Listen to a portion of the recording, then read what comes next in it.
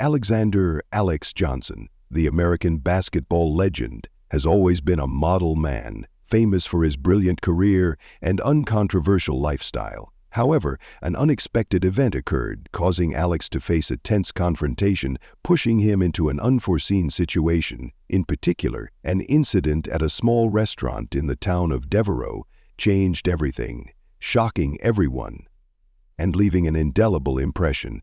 Keep reading to discover the emotional, dramatic, and unimaginable surprise story. Alexander "Alex" Johnson, the American basketball legend, was driving on a deserted road in the middle of the country. After a day of participating in a charity event in the city, he just wanted a moment of silence. The town of Devereaux, where he stopped, was a small town with old houses and quiet streets. A small roadside diner caught his eye, with a faded sign and simple wooden chairs outside. Alex stopped the car and walked into the diner, hoping to find a peaceful meal. He wore a red hat with the words, "Make America Great Again" on it, a symbol that many people in the city or on television knew, but in this town, few people would pay attention. He just wanted to enjoy a few minutes of relaxation after a long day.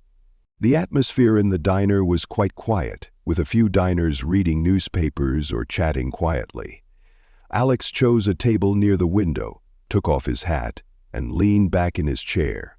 But after only a few minutes, the atmosphere in the diner suddenly changed. A group of men sitting at a nearby table began to notice the hat on Alex's head, exchanging puzzled glances and whispering to each other. The whispers gradually turned into attentive stares. One of the group stood up and leaned toward Alex's table. He was of average build with a challenging expression on his face. Without saying a word, he approached and said mockingly, "Well, my friend, your hat is nice, but how dare you wear it here? It's not a welcome sight in this town." Alex looked up. Not showing any sign of irritation or annoyance, he just looked at the man with a sharp gaze, calmly replying, "It's my hat, my right. This is a free country. If you don't like it, that's your problem, not mine." However, Alex's answer did not stop the man. On the contrary, he became more challenging, giving him a sarcastic smile. "Are you sure you can get away with this so easily? Just because you're famous, you think you can do anything without fear?"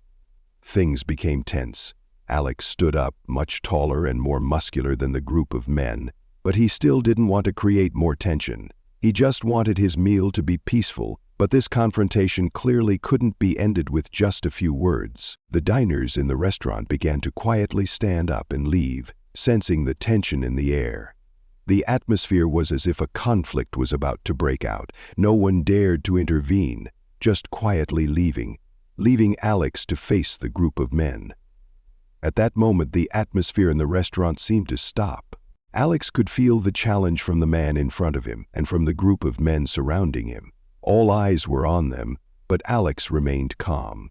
He knew that this situation wasn't just about the hat, but about a difference in opinion and about a confrontation that couldn't always be resolved with strength or popularity.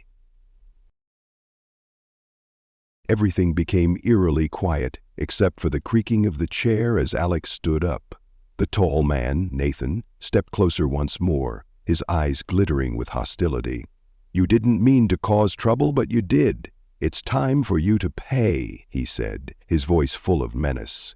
Alex straightened, showing no sign of nervousness. He didn't want to make a scene, but clearly the group of men had no intention of stopping, regardless of what they saw. They peppered him with criticism about the hat, seeing it as a symbol of discrimination, something that needed to be eradicated. "You think you have the right to wear that hat here among us? Who are you?" Mark, the leader of the group, continued to taunt, his eyes glittering with defiance. Alex didn't want to be confrontational, but he felt like his patience was at its limit. "I have nothing to prove to you. This is my freedom, and I will not let you make me back down over a hat," Alex replied, his voice calm but with undeniable firmness. But the group of men did not stop. They paid no attention to Alex's reasoning or his calm. Each word they spoke grew harsher, as if they wanted to disrupt the peace Alex was trying to maintain. Another of the group, who seemed larger and more easily angered, moved closer. more clearly challenging him. "Who you are or how famous you are doesn't matter here. You are not the only one with power in this bar," he said, stepping closer. Alex could feel the danger in his every move. He looked around, noticing that the eyes of the old customers had disappeared, leaving only himself and the group of men. He wanted it all to end quickly, but a confrontation was imminent, even though he didn't want it. In the most tense moment, a deep and powerful voice rang out from the corner of the bar. "Stop!" Everyone turned. A middle-aged man, tall but not too prominent, stood up from the corner of the bar. His jacket was old, bearing the marks of time, but his eyes shone with a determined look. This man walked over, not in a hurry, but his eyes were sharp as knives, silently looking at the group of men. "You have the right to do whatever you want, but this is not the way to solve it. He has the right to wear that hat. If you can't respect that, then get out," the man said, his voice steady but powerful. The words were enough to change the atmosphere in the bar immediately. Mark and the men stopped, no longer appearing as sure as before. The group stood there, silent, not knowing what to do. The whole restaurant fell silent, except for the sound of the middle-aged man's footsteps, Jack O'Reilly, as he took another step forward. "Don't let this challenge go too far," Jack added, his eyes determined. "We all have the right to live in a free society, and that freedom includes the right to wear our hats without being bothered." Mark and the group of men could do nothing but stand there silently, their eyes unable to hide their wavering. Finally, Mark glanced at the others, said a few small words, then the group turned and walked away without saying another word. When they left the restaurant, the atmosphere seemed to have completely changed. The customers who had quietly left earlier now returned, but none dared to face the story that had just unfolded. Alex watched the group of men leave, feeling relieved, but a strange feeling rose in his heart. He turned and looked at the man who had intervened, the one who had helped him avoid a bigger conflict. Jack O'Reilly, the middle-aged man, looked back at Alex and smiled slightly.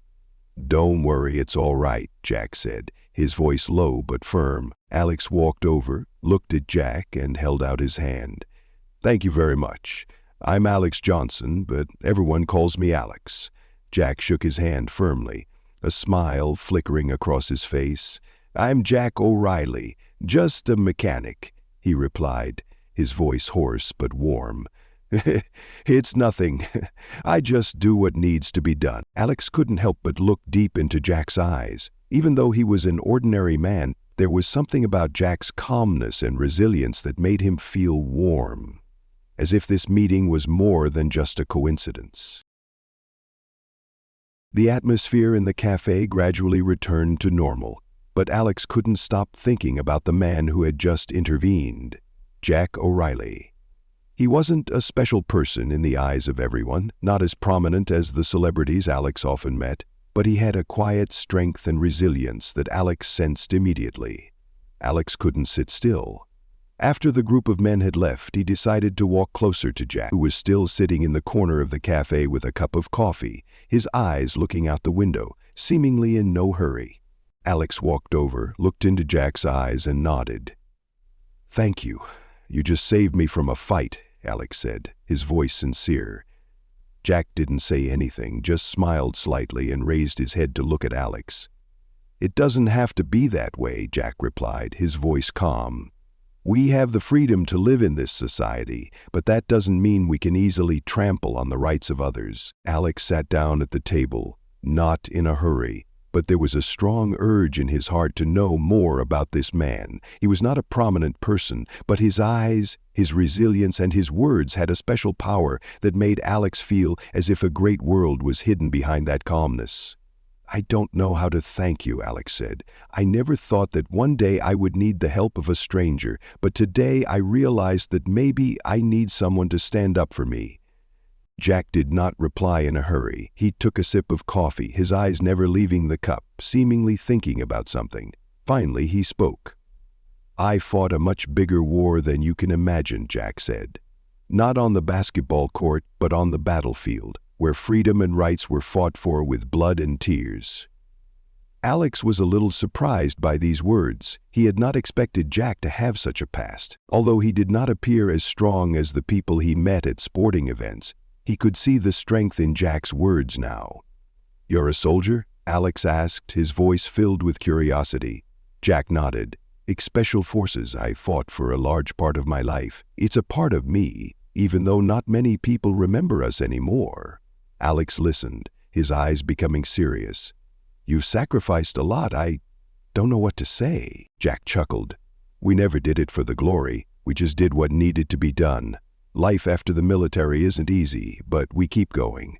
We learn to deal with hardships, not just for ourselves, but for our loved ones."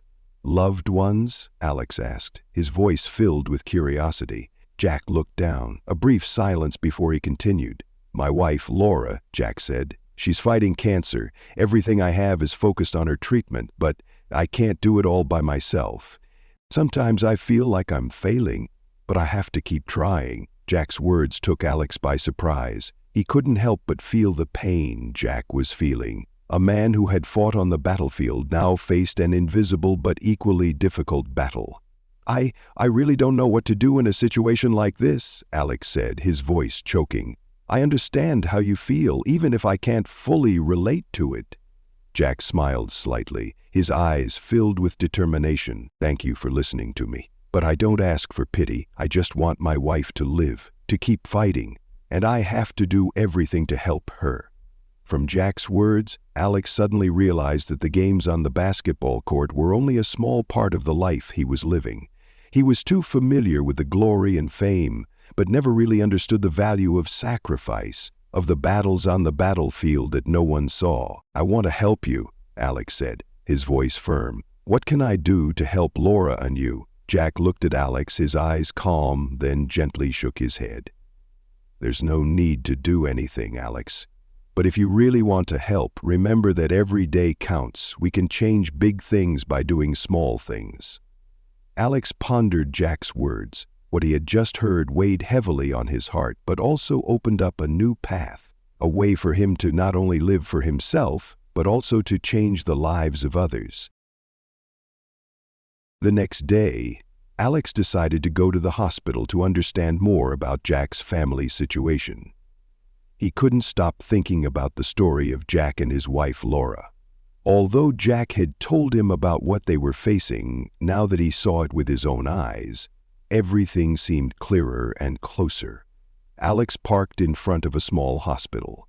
It was like a place full of untold stories. When he entered, a strange feeling filled him, not the familiarity he felt when attending charity events or the lives of sports stars. This was a different place, where people were not recognized or applauded, but fought every day to survive. This small hospital seemed outdated. The corridors were long and narrow, the lighting dim, and the air felt heavy. Alex followed Jack through the hallways, the air dense with each step. When they reached a room, Jack stopped and turned to look at Alex with a prepared expression. "This is where Laura is being treated," Jack said, his voice low, then gently opened the door. Alex walked in and saw a woman lying on a hospital bed. It was Laura. Her hair had begun to fall out, her skin pale from the treatments. However, when her eyes met Jack's, they suddenly lit up, her smile weak but still full of love. "Jack, are you back?" Laura whispered, her voice fragile but filled with warmth. Jack walked closer, sat down beside the bed and took her hand. "I'm always here," he replied, his eyes full of concern, but his gaze never left Laura. Alex stood in the doorway looking at the scene, feeling a little embarrassed by the intimacy. But at the same time, a deep respect and sympathy filled him. He didn't want to break the moment. But he couldn't help but notice Jack's worried gaze on his wife. "Laura," Alex said softly, entering the room and bowing. "I'm Alex, Jack's friend." Laura smiled slightly, her eyes still warm and weak. "It's nice to meet you. Jack has told me a lot about you," she said, then coughed slightly, exhaustion evident on her face. Alex didn't know what to say, but he felt deeply moved. He realized that despite all the fame and social prominence, what was happening before his eyes was a real battle. Jack's life, Laura's life, was not the football matches or the glorious victories he usually saw. This was a different battle, a battle of love, sacrifice, and perseverance. In the silence, Jack looked at Alex and said, "Thank you for coming, Alex. I know you have more important things to do, but your presence makes me feel better." Alex sat down in a chair next to the hospital bed, and at that moment, he couldn't help but wonder what was going on in Jack's life. He looked deep into Jack's eyes, feeling the sacrifice and pain he had gone through. They were fighting not only Laura's cancer, but also the challenges that life never stops, not even for a minute. "Jack, I don't know what to say," Alex said, his voice low. "But I really want to help. I don't know how, but I can do something." Jack shook his head slightly, looking at Alex with gratitude but also determination. "Thank you. But we don't need pity. We just need time and strength to fight. If you want to help, remember, sometimes just being together is all it takes." Alex looked at Jack, then at Laura. A strange feeling rose in his heart. Everything in him suddenly became clearer. Not fame, not money, but kindness. The genuine concern one can have for another. That was what mattered most. As Alex left the hospital, he couldn't forget the image of Jack sitting next to Laura, their hands clasped together. The sight filled his heart with a strange, powerful urge. He had everything in life: fame, money, popularity, but none of it seemed valuable compared to the sacrifice and resilience he had just witnessed. Alex drove in silence, his mind racing with thoughts of what he could do to help Jack's family. He couldn't let it stop at a few sympathetic words. He knew that if he wanted to change their lives, he had to act. As soon as he got home, Alex decided to make a call. He called one of his most trusted advisors, David, a man who worked in finance and managed the charities Alex had been involved with for many years. "David, I need help," Alex began, his voice determined. "There's a hospital in the town of Devereaux that needs assistance. The community is struggling financially, and I want to help." David, on the other end of the line, was not surprised. He knew that Alex had a big heart and was always willing to help those in need. "Of course. Alex, what do you need me to do?" "We're going to start a fundraising campaign to help improve the hospital and provide medical supplies, but I want to do something bigger. I want the people of Devereaux to know that there are people fighting for them, like Jack and his family. I want to make a real difference." David sighed, as if he had been thinking about this for a long time. "Okay, I'll start working with our partners to get this campaign started. Let me handle the rest." After that call, Alex felt relieved. Not only did he have the financial backing, but he also had the inner determination to make his plans a reality. He knew that Jack and Laura's fight was just one part of a bigger picture, a community that was hungry for change, but needed help from those willing to stand up for them. Over the next few days, Alex began to plan the details of his fundraising campaign. He reached out to charities, donors, and partners in the healthcare industry, and enlisted close friends from different sectors. He came up with the idea of a fundraising gala, inviting entrepreneurs, artists, and influencers to raise funds for the hospital and support the community. But he decided to go to Devereaux himself to meet and share his goals with the people in the town. He knew that community involvement was crucial to the success of this campaign. The gala fundraising night was held at a luxury hotel with the participation of many celebrities and sponsors. However, what made Alex feel most proud was not the amount of money raised, but the feeling that he had brought people together, creating a wave of hope and solidarity for a community in need. "We are not heroes because we are famous." Alex stood on stage, his eyes on the participants. "We are heroes because we dare to do the right thing.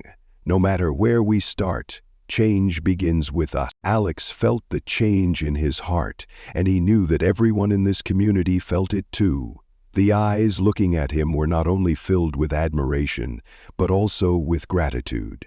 They knew that change was starting with them, from small but powerful actions. A month after the fundraising gala, Alex returned to Devereaux to witness the changes his fundraising campaign had brought. The local hospital, which had been lacking in everything before, now had modern medical equipment, a renovated clinic, and doctors and nurses who were better equipped to care for patients. The atmosphere in the hospital was no longer heavy, but instead, there was a new hope and optimism. Laura, after her treatments, was gradually recovering. Although she was still weak, her complexion had improved significantly. When Alex entered the room, she looked up at him with a weak but warm smile. "Alex, I don't know how to thank you. What you've done has not only helped us, but also this community," she said, her voice soft but full of gratitude. Alex sat down beside her bed, looking at her with sympathy. "Thank you, Laura. I just did what needed to be done. This community is a part of us, and if we don't help each other, who will?" Jack walked into the room, seeing the warm scene between Alex and Laura. He leaned in and kissed Laura lightly on the forehead. "I don't know what to say, but I do know one thing. Things have changed. Thank you, Alex. Thank you for making all of this possible," Jack said, his voice quiet with emotion. Alex looked at Jack, his eyes recognizing the traces of time and battle, but his eyes still shining with resilience and love for his family. "It's okay, Jack. We can all do great things when we work together." A group of doctors and nurses entered the room. They were all people who had worked tirelessly throughout the past year, and they were there to thank Alex for his help. Dr. Anna, the head of the group, approached and shook Alex's hand. "The equipment we receive thanks to your campaign has changed the way we care for our patients. It's the beginning of a brighter future," she said. Alex felt a clear change in the hospital and the community. It wasn't just a physical improvement, it was a change in the mentality of the people. People not only felt better physically, but also had a better spirit. His help sparked a wave of hope, and that was something he never thought he could create. A few months later, Devereaux Hospital continued to receive support from Alex's fundraising campaign. New doctors were hired, the work environment improved, and the quality of patient care increased. Patients no longer felt left behind, but instead were treated in a professional, caring environment. The people who had confronted Alex in the restaurant now returned to the hospital to apologize. Mark, the leader of the group of men, was the first to approach Alex with a sincere apology. "Alex, we were wrong. After seeing what you did for this community, we feel ashamed of our actions. We want to join in and contribute to what you are doing," Mark said, his voice sincere. Alex said, "Yes, and that helps me to stay sober." Alex looked at them, his eyes not filled with anger, only sympathy. "There is no need to apologize. But if you want to do something good, help those who need it. This community needs people like you, not apologies," he replied, his voice calm but full of sincerity. Mark and the group of men did not stop at apologizing, but also participated in charity activities, helping patients and families in difficult circumstances. One morning, Alex returned to the hospital, this time not just as a visitor, but as part of a larger story of change. The hospital was now more than just a place to treat the sick. It was a symbol of hope and solidarity. The patients were no longer anonymous names, but real people, and each of them felt cared for by the entire community. At a ceremony at the hospital, Alex stood on stage, a spotlight shining on his face. "We are not heroes because we are famous," Alex stood on stage, his eyes on the participants. "We are heroes because we dare to do the right thing. No matter where we start, change begins with us." Alex's words rang out, and in the eyes of those present, Alex saw hope and encouragement. He knew that this was just the beginning of a long journey, but at least he had done something meaningful.